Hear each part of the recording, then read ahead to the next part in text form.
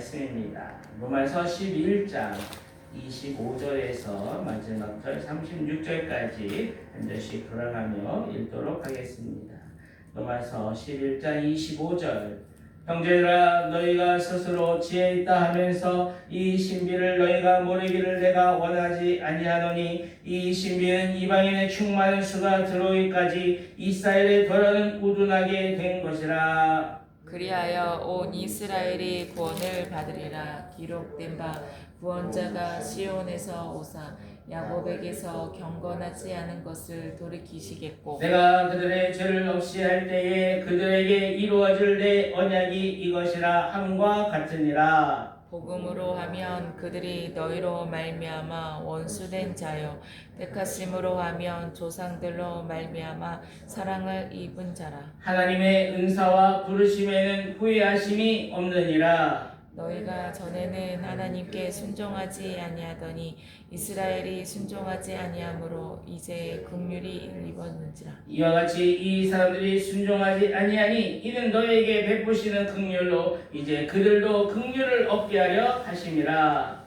하나님이 모든 사람을 순종하지 아니하는 가운데 가두어 두심은 모든 사람에게 긍휼을 베풀려 하심이라. 깊도다 하나님의 지혜와 지식의 풍성하며 그의 판단은 헤아리지 못할 것이며 그의 길은 찾지 못할 것이로다. 누가 주의 마음을 알았느냐? 누가 그의 모사가 되었느냐? 누가 주께 먼저 드려서 갚으심을 받겠느냐? 이는 만물이 주에게서 나오고 주로 말미암아 주에게로 돌아감이라. 그에게 영광이 세세에 있을지어다. 아멘. 여러분, 우리가 이 세상에 살아갈 때 우리의 삶에는 어떨 때는 이해할 수 없는 일들이 많이 있습니다. 그런 어려움과 아픔을 겪을 때 왜 나에게 이런 고난이 일어난 건지 이해할 수 없어서 우리는 때로는 의심을 하고 또 원망을 할 때가 있습니다. 그런데 이와는 반대로 하나님이 우리에게 베푸신 이 놀라운 구원을 생각할 때 우리는 도저히 이해할 수 없고 우리는 알 수 없지만 그렇기 때문에 그 은혜에 그 하나님의 구원하심에 우리는 하나님께 감사함으로 나아갈 수 있는 것입니다. 사도 바울은 이스라엘의 실패와 이방인의 구원과 그리고 장차 이스라엘을 회복하실 이 모든 하나님의 구원 계획을 신비라고 표현하고 있습니다. 25절에 형제들아 너희가 스스로 지혜 있다면서 이 신비를 너희가 모르기를 내가 원하지 아니하노니 이 신비는 이방인의 충만한 수가 들어오기까지 이스라엘의 덫은 우둔하게 된 것이라. 이 신비는 감추어진 것이 아니라 덮어둔 것이 아니라 하나님 우리에게 모르게 하는 것이 아니라 하나님이 계시를 통하여 우리로 밝히 알려주시는 놀라운 하나님의 구원 계획을 가리킵니다. 지금의 이스라엘의 어리석고 우둔한 것이 영원히 계속될 것이 아니라 하나님의 이방인의 충만한 수가 들어오기까지 일시적인 것이라고 말하고 있습니다. 그렇기 때문에 이방인들이 구원받은 것은 그들의 잘남도 아니요 그들의 자격이 있음도 아니요 그들의 공로도 아니라 오직 하나님의 긍휼하심과 하나님의 그 은혜로 된 것임을 잊지 말아야 할 것입니다. 그럴 때 우리가 하나님 앞에 교만하지 아니하고 하나님께 늘 두렵고 떨림으로 그 이미 받은 구원을 이루어가며 살아가는 것입니다. 우리는 이미와 아직 사이에 있는 거예요. 우리는 이미 구원받았어요. 그러나 우리는 그 구원을 지금도 이루어가고 있고 저 하나님 나라에 들어감으로 그 구원은 완성되게 되는 것입니다. 28절에 복음으로 하면 그들이 너희로 말미암아 원수된 자요 택하심으로 하면 조상들로 말미암아 사랑을 입은 자라. 이스라엘 백성들은 예수 그리스도의 복음으로 인해 하나님과 원수된 자가 되었습니다. 그러나 그들은 그들을 조상으로 말미암아 여전히 하나님의 사랑을 입은 자인 건 분명한 사실이라는 것입니다. 그러면서 사도 바울은 이렇게 선포합니다. 29절에 하나님의 은사와 부르심에는 후회하심이 없느니라. 하나님의 은사와 하나님의 부르심에는 후회하심이 없느니라. 하나님이 한번 부르시면 그것은 결코 취소될 수 없다고 말씀하시는 거예요. 하나님은 우리를 부르시고 결코 후회하신 일이 없다는 거예요. 왜요? 하나님은 그 약속을 반드시 이루시는 신실하신 하나님이시기 때문에 그렇습니다. 우리의 불순종, 우리의 실패마저도 하나님의 그 긍휼을 베푸는 통로로 하나님이 사용하시고 우리의 악을 선으로 바꾸셔서 하나님의 구원을 이루어 주시겠다고 말씀하시는 것입니다. 32절에 하나님이 모든 사람을 순종하지 아니하는 가운데 가두어 두심은 모든 사람에게 긍휼을 베풀려 하심이로다.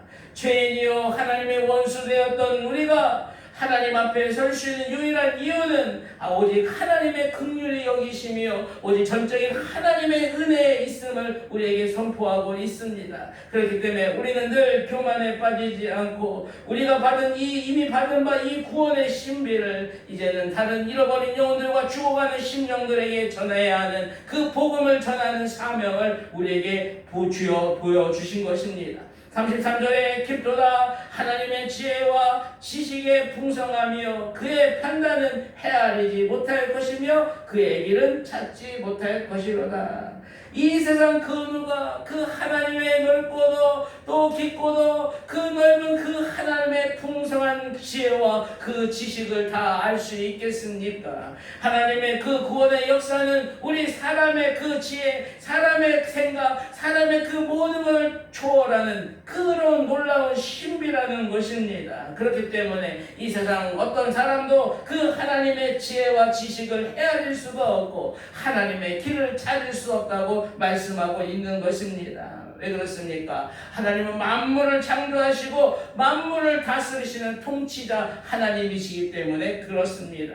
마지막으로 36절에 이는 만물이 주에게서 나오고 주로 말미암고 주에게로 돌아감이라 그에게 영광이 세세에 있을지어다. 아멘. 만물이 하나님에게서 나오고 또 하나님으로 말미암았고 또 하나님에게로 다시 돌아간다고 말씀하셨습니다.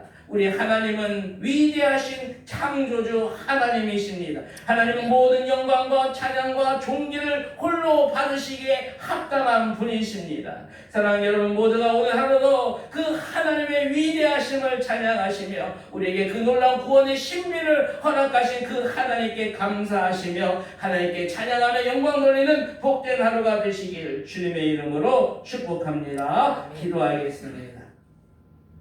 하나님 아버지 웬 은혜며 웬 사랑입니까? 나는 아무 공로 없고 아무 자격 없으나 오직 하나님의 긍휼하심으로 하나님의 전적인 은혜로 우리를 구원하여 주셔서 하나님 감사합니다. 때로는 내가 구원받은 것이 당연한 것처럼 살아가던 우리의 교만한 마음들을 이제는 내려놓습니다. 오늘 하루도 겸손히 하나님 앞에 두렵고 떨림으로 하나님을 경외함으로 살아가게 하여 주시옵소서. 아버지 나의 지식과 나의 경험과 나의 그 모든 것으로는 이해할 수 없는 이 하나님의 깊은 지혜와 이 지식을 오늘도 하나님 앞에 인정함으로 나아갑니다. 하나님의 하나님 되심을 인정하고 신뢰함으로 오늘도 한 걸음 한 걸음 걸어가게 하여 주시옵소서. 아버지 때로는 나의 삶에 이해할 수 없는 일들로 아버지 분노하며 원망할 때도 있지만 아버지 이 원망과 이 불평들을 내려놓고 이제 그 하나님을 신뢰함으로 오늘도 찬양하는 자 되게 하여 주시옵소서. 모든 것이 창조주 하나님께로부터 나와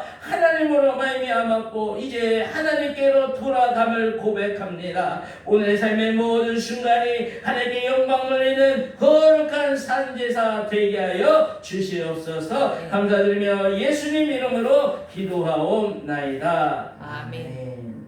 이 시간 하나님의 말씀 붙잡고 기도하며 나아가길 원합니다.